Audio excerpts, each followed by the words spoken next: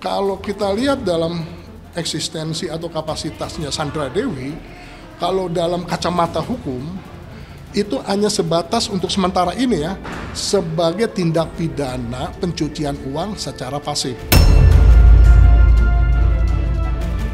Tapi kalau penyidikannya nanti membuktikan bahwa pesawat yang diberikan oleh suaminya kepada istrinya dikomersialkan gimana? Cuma yang menjadi masalah, RP-MUS ini dinyatakan TPPU atas dari kejahatan siapa?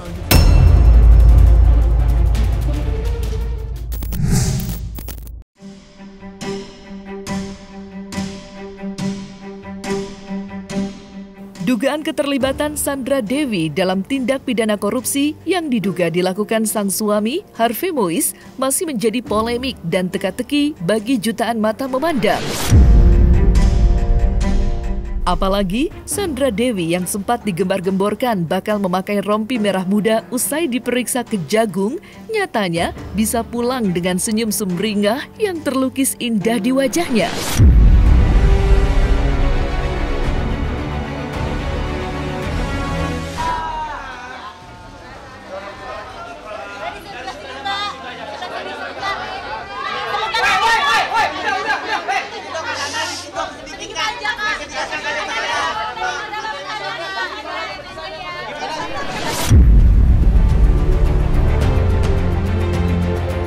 Status Sandra Dewi sejauh ini memang masih sebagai saksi. Namun, gonjang-ganjing di tengah masyarakat menyebutkan kalau Sandra Dewi mestinya tidak lepas dari dugaan tindak kejahatan sang suami, Harvey Mois. Hal ini pun menyisakan pertanyaan besar yang memantik rasa penasaran publik terkait korelasi Sandra Dewi dengan dugaan tindak pidana korupsi Harvey Mois, suaminya. Melihatnya, pakar hukum JJ Armstrong Sembiring pun angkat bicara dan menyibak celah potensi Sandra Dewi terjerat hukuman. Kalau kita lihat dalam eksistensi atau kapasitasnya Sandra Dewi, kalau dalam kacamata hukum, itu hanya sebatas untuk sementara ini ya, sebagai tindak pidana pencucian uang secara pasif. Kalau dalam penjelasan tadi, dalam konstruksi undang-undang tindak pidana pencucian uang, tentunya yang melakukan tindak pidana pencucian uang secara aktif itu adalah suaminya, RP-MUS. Kalau kasus model seperti ini nggak sebatas Sandra Dewi, saya pikir banyak orang akan yang terkait ya banyak orang akan terkait. Mengacu pada Undang-Undang TPPU, JJ Armstrong pun menjelaskan benang merah keterkaitan Sandra Dewi dalam dugaan tindak pidana pencucian uang. Namun, pakar hukum yang juga seorang akademisi dan aktivis itu mengungkap ada rantai yang harus dibuka. Dalam hal ini, penyidik Kejagung harus mampu membongkar siapa sosok pelaku pencucian uang di atas Harvey Mois. Kalau Sandra Dewi memang terkena dengan tindak pidana pencucian uang, kalau dia terpenuhi unsur-unsur di dalam Undang-Undang Nomor 8 Tahun 2010 tentang TPPU. Misalnya singkatnya beginilah, Sandra Dewi itu kenyataannya ada motif dengan bertujuan menyembunyikan, ya kan, atau menyamarkan ya asal usul harta kekayaan yang didapat dari hasil kejahatan. Nah itu bisa. Cuma yang menjadi masalah, RP-MUS ini dinyatakan TPPU atas dari kejahatan siapa gitu. Dalam hubungan dengan Sandra Dewi, RP-MUS itu sebagai aktif TPPU-nya. Aktif TPPU-nya. Berarti si Sandra Dewi pasif TPPU-nya. Dan mungkin ada yang terkait lagi nambah, itu menjadi sebagai orang yang bisa dikatakan pasif TPPU-nya. Nah, pertanyaan saya, posisinya si RP Mus ketika dia menyandang tersangka TPPU, aktifnya siapa gitu loh. Gitu loh. Nah itu kan perlu diinvestigasi. RP Mus ini kan cuma hanya orang bisnismen dengan mengatasnamakan PT Multi Harapan Utama yang menjabat sebagai presiden komisaris, ya kan, yang berusaha bertransaksi bisnis, tapi kan di atasnya ada. Kalau Sandra Dewi kan jelas, dia posisi pasif dari suaminya karena dia membelanjakan misalkan, dia menikmati misalkan. Begitu juga nanti ada yang nambah-nambah lagi nih yang terkait. Cuman kalau si RP Mus itu posisi pasif TPPU dari aktif TPPU siapa gitu loh. Orang yang melakukan tindak pidana pencucian uang itu dari siapa gitu loh. Ini juga kan banyak isu yang beredar di masyarakat.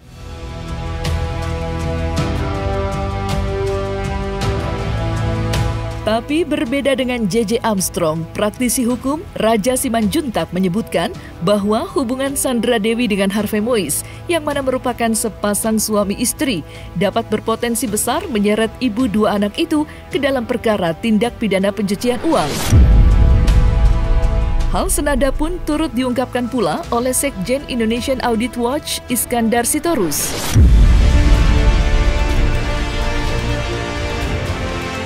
Pasti role-nya yang ditanyakan adalah keluarga dulu, ya kan? Keluarga pasti istri dulu, karena tindak pidana pencucian uang biasanya teman terdekat dulu nih, tidak ada yang jauh-jauh, ya. Jadi keluarga dulu, istri atau suami. Kalaupun contohnya yang diduganya itu istri, ya berarti suami, ya. Karena terkait mengenai Harvey, berarti dugaannya kepada istrinya, yang seorang artis tuh ya. Contohnya lagi kembali ada dana yang digulirkan membeli pesawat, mobil. Nah ini kan pihak Kejaksaan Agung sudah penyidik ya, sudah melihat. Oleh karena itu berani dia untuk mengambil dan mengamankannya ya. Semoga Kejaksaan Agung dapat dia membuktikan bahwa memang benar itu hasil dari kejahatan seperti itu. Kan apapun itu kan ada pasalnya, artinya bisa dijerat. Itu kan kalau pola sederhana. Tapi kalau penyidikannya nanti membuktikan bahwa pesawat yang diberikan oleh suaminya kepada istrinya dikomersialkan gimana? Coba. Kan artinya dia menggerakkan, memutar dan atau mengkonsolidasi uang haram kan? Jadi artinya dia bukan sekedar tindak pidana pencucian uang, tapi menggerakkan uang hitam agar menjadi berkesan putih, agar bertumbuh kembang kan.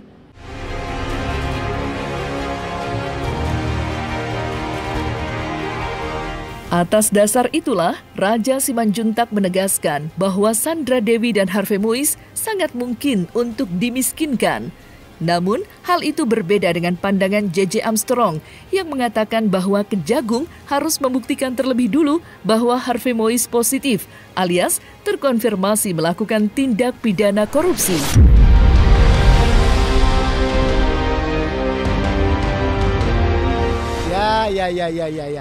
Ya betul. Pasti akan berpikir begitu ya, karena itu harus dibuktikan dulu terkait mengenai apa yang dilakukan. Andaikan ini seperti kasus ini adalah mengenai korupsinya dulu ya. Namun apabila mau dibarengkan itu biasa masa waktu, karena prosesnya yang memang agak sedikit tindak pidana pencucian uang ini kan berantai sampai ke bawah ya, agak panjang. Dan bisa meyakinkan nggak penyidik ini menyatakan bahwa ini adalah tindak pidana, ini dinyatakan ada kesalahannya. Nah oleh karena itu praduga tak bersalah kan ada. Tindak pidana pencucian uang khususnya kepada istrinya ya kan menggunakan praduga tak bersalah ya kan. Jadi kita tidak boleh dulu langsung menyatakan oh dia tidak, karena proses itulah dilakukan supaya tindak pidana korupsi ini dibuktikan dulu. Itu yang baiknya dulu seperti itu. Pidana asalnya ini harus putus dulu. Harus putus dulu bersalah dan inkrah. Setelah itu baru bisa diproses tindak pidana pencucian uang. Kalau kita berpikirnya begini, itu yang berpikiran kolonial itu ya. Kalau berpikiran milenial itu kan bisa simultan. Nggak ada yang nggak bisa kok. Jangankan untuk menerapkan penanganan dua kasus yang berbeda, lawong makan obat yang berbeda aja bisa serentak kok. Nah, kita mau memformulasikan seperti itu. Terlebih kalau menangani dua kasus yang berbeda secara simultan, kan timnya berbeda. Orang mengatakan itu bisa dimiskinkan dari mana? Oh, undang-undangnya memiskinkan aja belum ada perampasan aset. Undang-undangnya aja belum diketok oleh DPR RI. Gimana caranya? Undang-undangnya nggak ada bagaimana? Pakai dasar apa? Pakai undang-undang mana mau dimiskinkan? Seperti inilah ya, si Arfai ini ya kejaksaan turun ke rumah.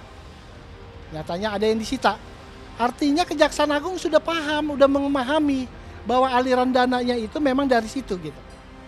Jadi bukan berarti harus sembarangan diambil seperti itu. Sudah ya, sudah memang benar-benar diyakinkan bahwa aliran dana itu untuk barang tersebut.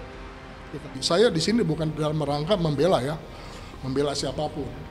Tapi paling tidak Sandra Dewi kan mempunyai hak sebagai warga negara, yaitu hak hukum yang diberikan secara konstitusional ya kan. Nah,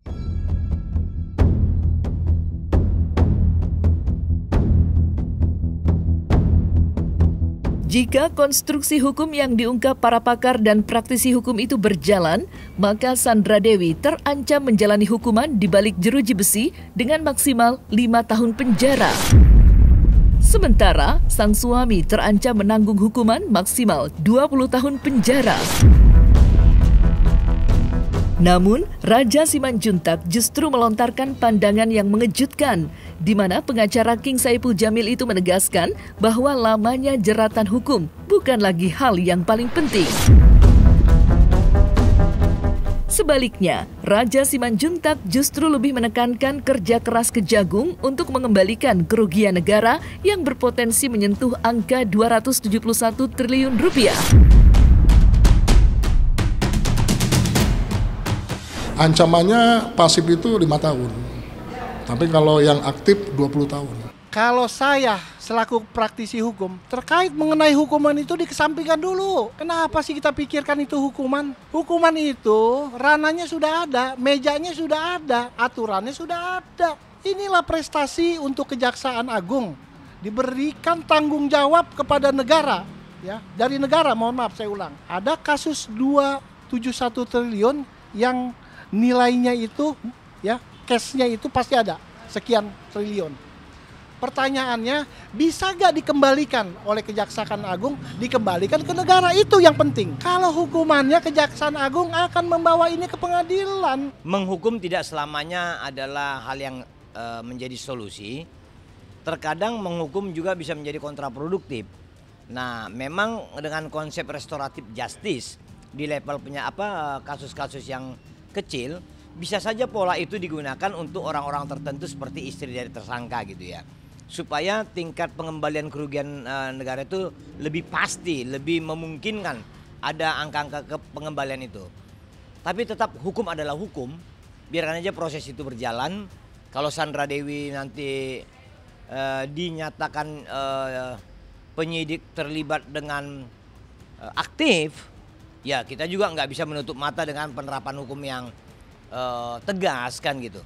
Tapi kalaupun kemudian ada pemikiran berbeda, yang ditersangkakan mengambil sikap minta maaf dan lain-lain lalu mengembalikan aset-aset yang dituding atau diprediksi adalah tindak pidana pencucian uang, kita pikir baik juga diberi maaf gitu.